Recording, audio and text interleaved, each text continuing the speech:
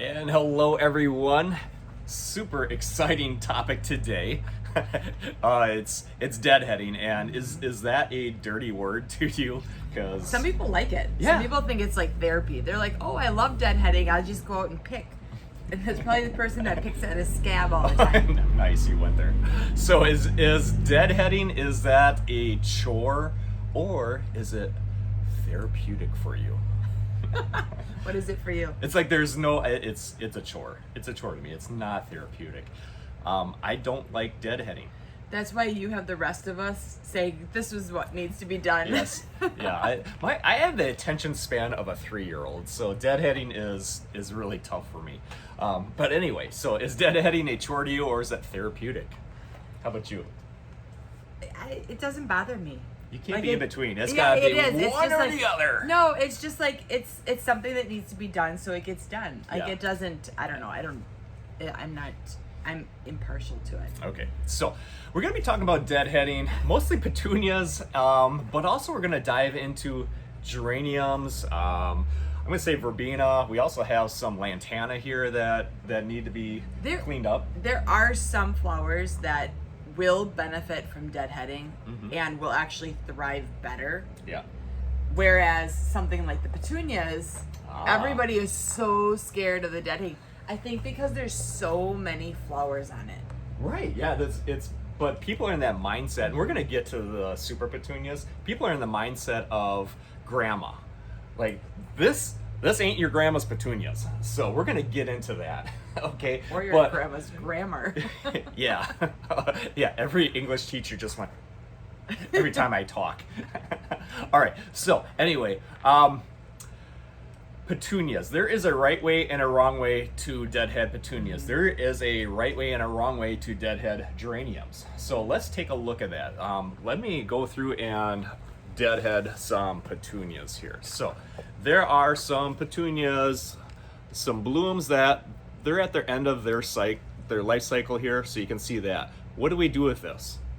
Well, we don't. This is not deadheading. That's not deadheading. Deadheading is going through and picking behind us the whole head. Yeah, it's a dead head. We take that whole thing off. Okay? If you're just plucking the dead blooms out of it, just doing this, that's not deadheading. That's just plucking these spent blooms off. the wind will do that. Or just naturally they'll do that, but the actual deadheading is taking that whole seed, the head of it that has the seed pod that's trying to develop. So we're gonna take taking that off.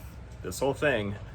This you can see on the bloom, that's spent. I'm not gonna pull the bloom off. I'm actually gonna take my fingers or a snips or scissors, and you can see I took the whole thing off. That's deadheading. That's the correct procedure. And that's where people get so scared because they look at something like a big basket that's all petunias and all they look at is that it's work. And that's not the case. That's not necessarily. There's some petunias that will benefit from being deadheaded, and when they start tearing off, they look kind of really sad. Yeah, So or then, a rain. Yeah, Yeah. rain. A cold weather. The rain can kind of. To me, it's almost like they melt. You know, the blooms in a cold rain or a driving rain, where these blossoms will just kind of melt, like almost like sugar, and then it's a lot of work. You gotta go through and deadhead that and take those off. But let's jump into the super petunias right away. Yeah, because you look at this.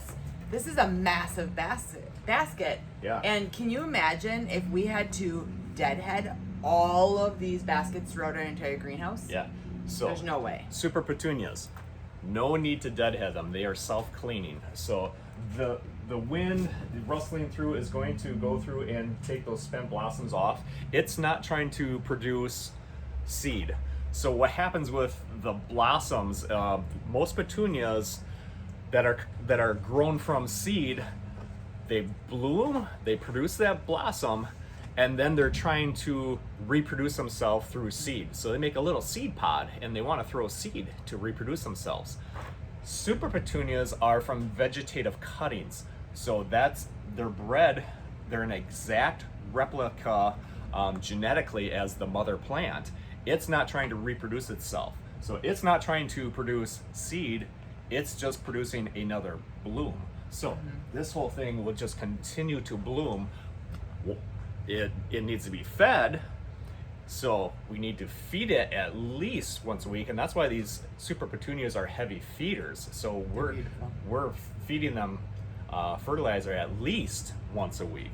So, but super petunias, you don't need to deadhead them. So don't get caught up with this, oh, I would never want that in my yard. That's too much work. They're awesome. The amount of time that we spend deadheading on super petunias is zero. Yeah, not on super petunias. Yeah. But you will see, it's not that you're not going to have the spent blooms on it. And if you're somebody that just absolutely drives you crazy that it has some spent blooms underneath it, then maybe you're that person that finds it therapeutic to go through and take off any spent blooms. But normally the wind just kind of it blows around and does that. Yeah. In the greenhouse, With we that don't have the wind. And yeah, so they're kind of at their worst in the greenhouse. But you're not going to hurt anything if you do deadhead a super petunia. So if you're a therapeutic person and you can't sit still on your porch because it has a few of those on it, go ahead and deadhead it. But you just don't need to. Or if you're outside, just give it a little shake and look at it. They kind of just fall down like rain. Or go take it over on your neighbors and shake it off in their yard. So, all right, let's go to geraniums next. Okay. Geraniums definitely, this is a must. These definitely need to be. So we got some red geraniums here. They definitely need some cleaning up, and we do have to deadhead geraniums. You want to show them? You want to show them how? You're closest, so Okay. you go ahead. So this one here, can you show them underneath that there's no blooms left to? Yeah, this is at the end of its Turn it the its other way life, so they can see it. like that. No, the bottom side. That's why I asked you to do it. Do you see that? Yeah. There's no blooms underneath there.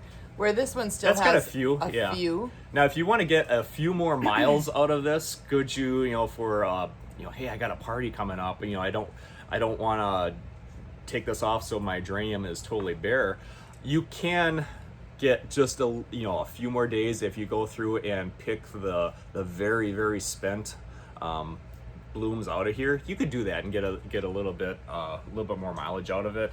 But the correct way to deadhead a geranium, we're not going to nip it off here. That's not correct. We're going to take this all the way down where it connects to the stem and cracks right off. There's like a little knuckle. Yep. So if we show that, you can see where that connected. That is correct deadheading for geraniums. And you can see it's already putting out new blooms, and these will probably bloom within the next day or two. Mm-hmm. And just another thing with geraniums, we're going to clean this whole thing up. Yeah, I've got some leaves that look funky here. I'm going to clean these up because what I don't want is this falling off and sitting on the soil and rotting, and then that's where disease happens. So this whole thing, if there's anything in question on a geranium, we're going to go through and clean this up. And that could easily have been that they're next to each other, Yep. and an old bloom had shed petals onto it, and then it sat on that leaf wet. You can see and it got funky. that's exactly what's happening here on this leaf. I'm just going to take it right off because I know what's going to happen. So some petals from the flowers drop down on this leaf, and it's going to set in, and it's going to kind of make a bad spot on this leaf. I'm just going to take it off. So that's geraniums, cleaning up geraniums properly. This one's pretty much done. I'm even taking off the decent bloom. Yeah.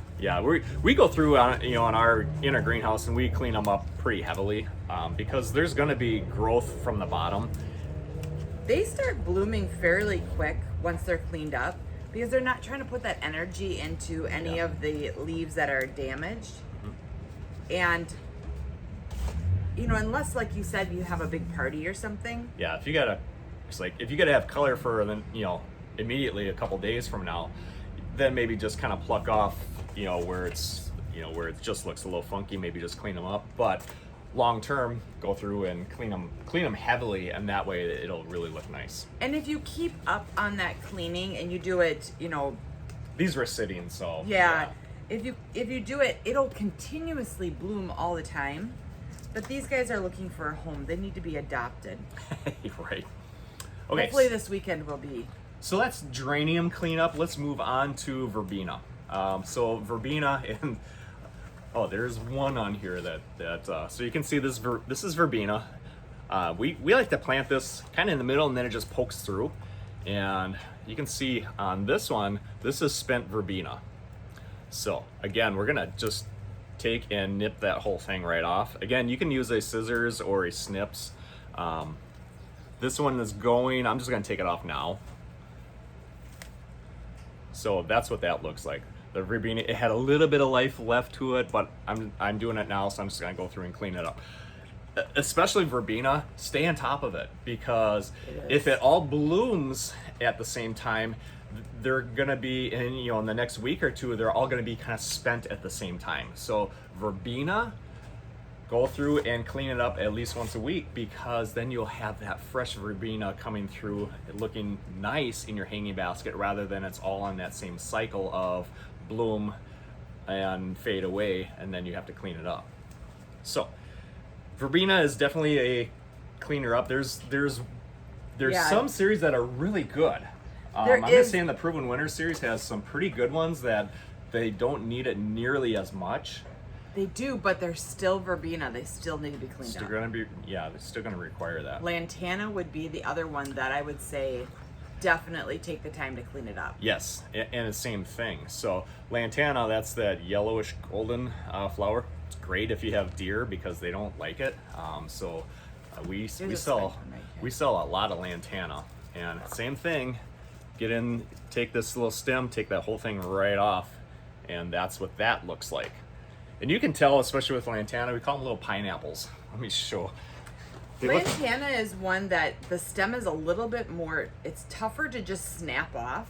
Yeah, it's... And definitely you have the clippers in the back, yep, don't you? I do. So I've got my handy dandy little snippers here. So that's what lantana looks like, almost like a little pineapple. So you go through and if you're using a snip, you take that right off. So beautiful. Yeah. So that is that's one thing that when we're in the greenhouse and we're trying to clean up baskets after, whether it was that really moist, humid type. Yeah, if you go through phase, or we didn't have a lot of sun, and you'll see our staff at the desk just cleaning up stuff. It's typically going to be verbena baskets. Yep. Yeah. Lantana baskets, and or the seed. Seed, petunias, yes. Not usually the super petunias. Super petunias, they just weather the storm or weather that cold, rainy weather. They do fantastic. That's why we love the super petunias. They're just awesome. Geraniums, verbena, lantana. There's a few marigolds even. Oh yeah, you got marigolds. They look kind of crazy, so that's on the task for somebody today. Yeah, we have benches and benches and benches of marigolds, and again, if you don't stay on top of it, all of a sudden they're all blooming. They look beautiful, but then they're all at the same time. They go through that phase, so then it's a lot of work. So it's good to do it periodically through the week. We tell our customers, hey, remember Fertilizer Friday. That's the day that you remember to fertilize those flowers. But if you've got flowers that need to be deadheaded, like geraniums, verbena, lantana, some petunias, remember to also deadhead them so that you always have those fresh, good-looking flowers. And don't make it into such a chore that if you have your planters, maybe you do one basket every day. I mean, I don't know. Just don't make it into such a chore that you don't enjoy your flowers. Yeah, you come to the weekend and you need to start choosing flowers that don't require deadheading if that's not.